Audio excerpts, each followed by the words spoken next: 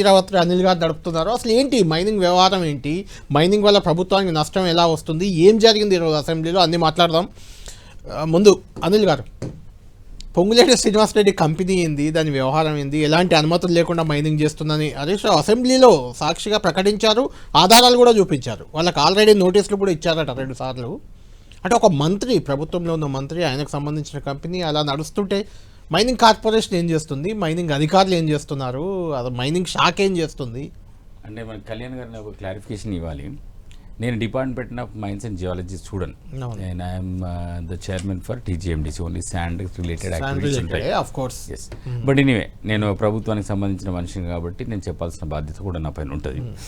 Raghava constructions పైన already అసెంబ్లీలో debate జరిగింది. రాఘవ కన్స్ట్రక్షన్స్ ఒకవేళ తప్పు చేస్తే దానిపైన విచారణ జరిపిస్తామని చెప్పి కూడా ఇవాళ ముఖ్యమంత్రి గారే సిబిసిఐడి ఎంక్వైరీ ఇచ్చింది.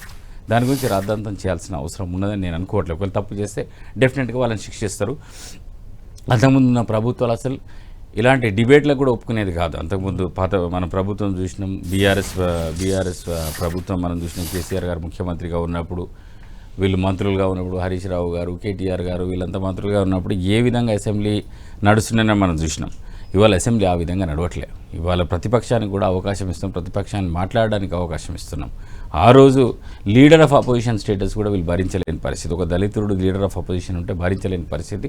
ఎంతమందిని వాళ్ళు వాళ్ళ పార్టీలో చేర్చుకున్నారో మనందరికీ తెలుసు. ఇవాళ ప్రజాస్వామ్యబద్ధంగా ఇవాళ నేను సంతోషిస్తున్నది ఏంటిదంటే, ఇవాళ ముఖ్యమంత్రి గారి రేవంత్ రెడ్డి గారి నాయకత్వంలో ఇవాళ అసెంబ్లీ ప్రజాస్వామ్యబద్ధంగా నడుస్తున్నది. దానిలో రాఘవ కన్స్ట్రక్షన్ ఒకవేళ దోషి అయితే తప్పకుండా రాఘవ కన్స్ట్రక్షన్స్కి ఏ విధంగా చట్టం, ఏ విధంగా లీగల్గా ఏ విధంగా చర్యలు తీసుకోవాలో ఆ విధంగా చర్యలు తీసుకుంటారని ముఖ్యమంత్రి గారు అసెంబ్లీ వేదికగా, అసెంబ్లీ సాక్షిగా చెప్పడం జరిగింది. రైట్. అంటే వాళ్ళు ఉన్నప్పుడు బీఆర్ఎస్ హయాంలో అన్నీ తక్కువనే ఉన్నాయి, రేటు తక్కువనే ఉంది, సర్వీస్ ట్యాక్స్ తక్కువనే ఉంది, టైమింగ్ తక్కువనే ఉంది. అయినా 800 కోట్ల ఆదాయం తెచ్చినప్పుడు మీరు అన్ని డబుల్ చేశారు.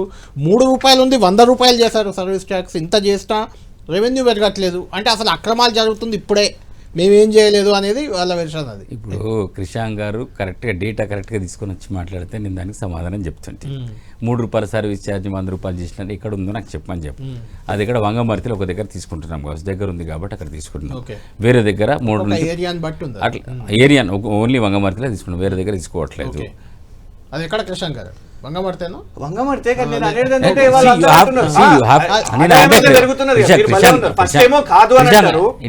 గారు నేను కంప్లీట్ చేయండి. వంగమర్తి దగ్గర ఒక 100 రూపాయలు సర్వీస్ ఛార్జ్ కూడా చాలా దగ్గర ఉంటుంది కాబట్టి ట్రాన్స్పోర్టేషన్ ఛార్జ్ కూడా అంటే ట్రాన్స్పోర్టేషన్ ఖర్చు కూడా తక్కువ ఉంటుంది కాబట్టి మేము ఆదాయ వనరులు డెఫినెట్గా పెంచుకోవాలని మా ఆలోచన ఉంది. కాబట్టి ఎవరికి ఇబ్బంది పడకుండా, అంటే ముఖ్యంగా కస్టమర్ అంతా ఎండ్ యూజర్కి కష్టపడకుండా, ఆయన కష్టం కావద్దు, మనం వేసే ధరను ఏదైనా ఛార్జెస్ ఎక్స్ట్రా ఛార్జెస్ ఆయన కష్టం కావద్దని చెప్పేసి ఇక్కడ ఉన్నదానికి 100 రూపాయలు పెంచినాం. 100 రూపాయలు దాకా తీసుకుంటాము. చాలా దగ్గర వంగమర్తి హార్డ్లీ 100 కిలోమీటర్స్ పక్కనే ఉంటుంది. ఇంకా వేరే మన నియర్ బై ఇంకా వేరే ఏం లేవు. అక్కడనే ఆదాయం పెంచుకోవాలని. ఎందుకంటే ఇక వీళ్ళ గురించి నేను మాట్లాడితే బాధ అవుతుంది కృషాంక్ గారు, ఎందుకంటే ఆ రోజు చైర్మన్గా ఉన్నారు కాబట్టి బాధ. వాళ్ళ వల్లనే ఇవాళ ఇన్ని అప్పులని 700 కోట్ల రూపాయల అప్పులు ఉన్నాయి టీజీఎండిసి అప్పులు ఎందుకు పేరుకపోయినాయి? వీళ్ళు నిజంగానే అంత రెవెన్యూ జనరేట్ చేసి ఉంటే మరి ఆ డబ్బులు ఎందుకు కట్టలే? వీళ్ళు కాంట్రాక్టర్స్కి ఇవాళ 700 కోట్ల రూపాయల దాకా ఇచ్చేడున్నామా? ఎంత కష్టం అవుతుంది మరి ఎందుకు కట్టలే? మరి వాళ్ళ ఆదాయ వనరులు చూసుకుంటే ఆదాయం నేను చెప్తా, నా దగ్గర ఉంది.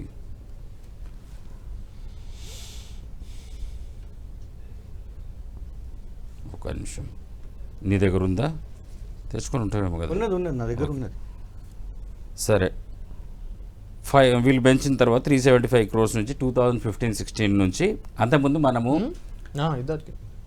కాంగ్రెస్ ప్రభుత్వం అంతకుముందు 2014 వరకు అంటే యునైటెడ్ ఆంధ్రప్రదేశ్లో ఈ ఛార్జెస్ లేకుండే అప్పుడు. ఆ తర్వాత వీళ్ళు వచ్చిన తర్వాత 200, 300, 400 రూపాయలు టన్ చేసిన పర్ టన్. అయితే వీళ్ళ ఆదాయం గురించి నేను మాట్లాడతాం. 2020-21 652 crores, 21-22 719, 22-23 715, 23-24 654. ఎప్పుడైతే రియల్ ఎస్టేట్ పీక్ అంటే రియల్ ఎస్టేట్ రాణిస్తుందో, రియల్ ఎస్టేట్ రంగం చాలా అద్భుతంగా ఏ పీరియడ్లో అయితే రాణించిందో ఆ రోజు వీళ్ళు సంపాదించింది కేవలం అంటే 2023-24 వరకే తీసుకుందాం 654 crores. 24-25 మేము తీసుకున్నాం. 24-25లో 738 crores చేసాం మేము. ఆ తర్వాత ఇప్పుడు 920 crores వరకు వెళ్ళాం. 920, 930, 970, 920 కూడా కాదు, 970 crores పోతుంది ఈ ఇయర్. Almost 1000 crores. 35% పెంచినాం మేము. మరి ఇట్లా పెరిగింది. మరి అంతకుముందు ఎందుకు పెరగలేదు? మరి ఆ ఆదాయం ఎటుపోయింది? రియల్ ఎస్టేట్ పీక్ ఇప్పుడైతే అందరూ అంటున్నారు కదా, మీరు కూడా కళ్యాణ్ గారు మీతో మాట్లాడినప్పుడు రియల్ ఎస్టేట్ మొత్తం డౌన్, కన్స్ట్రక్షన్ యాక్టివిటీ లేదు. మరి లేనప్పుడు మరి ఈ ఆదాయం ఎట్లా సమకూర్చినాం? ఓన్లీ వంగమర్తి నుంచి సమకూర్చాలి కదా, మిగతా ఏరియాస్ నుంచి వస్తుంది కదా. మొత్తం కూడా ఇక్కడికి వచ్చే 80% కన్జంప్షన్ అంటే శాండ్ కన్జంప్షన్ మొత్తం రాష్ట్రంలో 70 to 80% కన్జంప్షన్ హైదరాబాద్లో అవుతుంది. హైదరాబాద్ దాని నుంచి వంగమర్తి నుంచి వచ్చేది మేబీ 10-15%. ఏదేమైనా అంటే ఆయన మళ్ళీ అంటాడు కదా 100 రూపాయలు పెంచారు. నీకు ఏం పెంచకుండానే ఈ ఆదాయాన్ని పెంచలేము.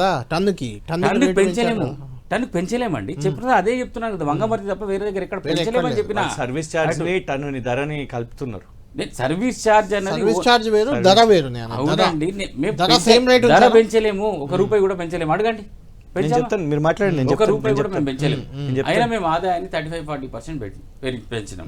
మరి ఎటు పోయినాయి? మరి ఆ డబ్బు మరి ఆ రోజు నువ్వు పీక్లో ఉన్నప్పుడు మరి ఆ రోజు కన్జంప్షన్ ఎక్కువ ఉండాలి కదా. మరి కన్జంప్షన్ ఎక్కువ ఉన్నప్పుడు మరి ఆ రోజు 1000 కోట్ల రూపాయల దాకా ఆదాయం రావాలి కదా. అంటే ఇప్పుడు మేము ఏమనాలి?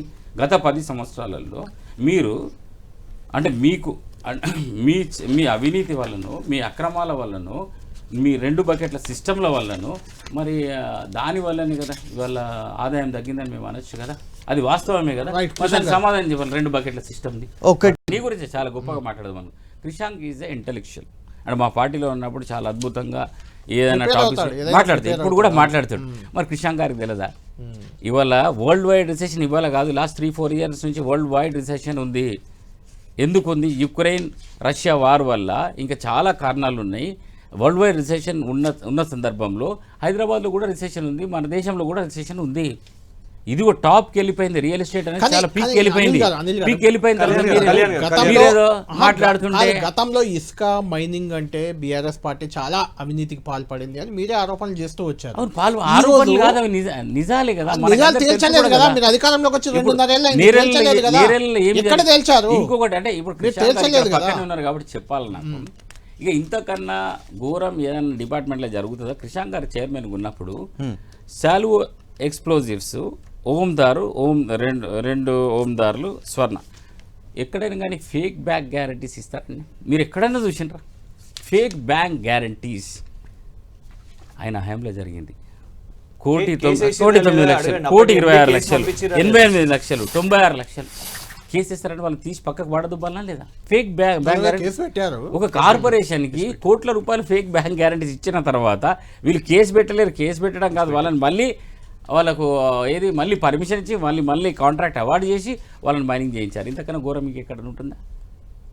ఇక మరి దీనికి మరి ఆయన సమాధానం చెప్పాలి. ఫేక్ బ్యాంక్ గ్యారంటీస్ ఎక్కడైనా ఉన్నాయి. అవన్నీ ఇప్పుడు సిబిసిఐడి అన్ని దాంట్లో అన్ని వస్తాయి. ఇప్పుడు 35% పెంచినామంటే ఎట్లా పెంచినాం అన్నది మళ్ళీ Krishank during recession also, during slump time also we have increase the revenue of the corporation. అది ఎట్లా చేసినామంటే అవినీతిని అరికట్టి అక్కడ అక్రమాలు జరగకుండా చూసుకొని అక్కడ కెమెరాలు పెట్టడం కావచ్చు, వే బ్రిడ్జ్లు పెట్టడం కావచ్చు, మానిటరింగ్ సిస్టమ్స్ పెట్టి ఇవన్నీ చేయడం.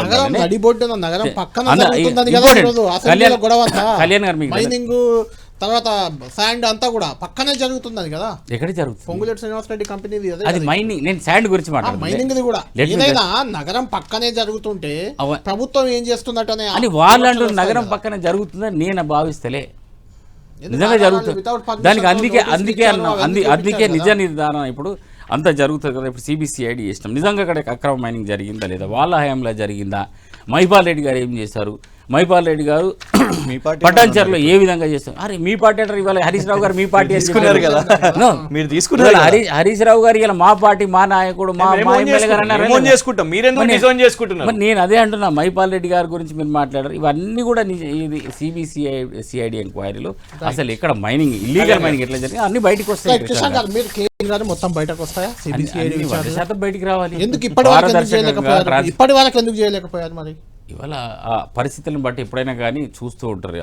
ఇది పరిస్థితులు సందర్భాలను బట్టి ఎప్పుడైనా ప్రభుత్వాలు దానిపైన రియాక్ట్ అవుతుంటాయి. Right, thank you.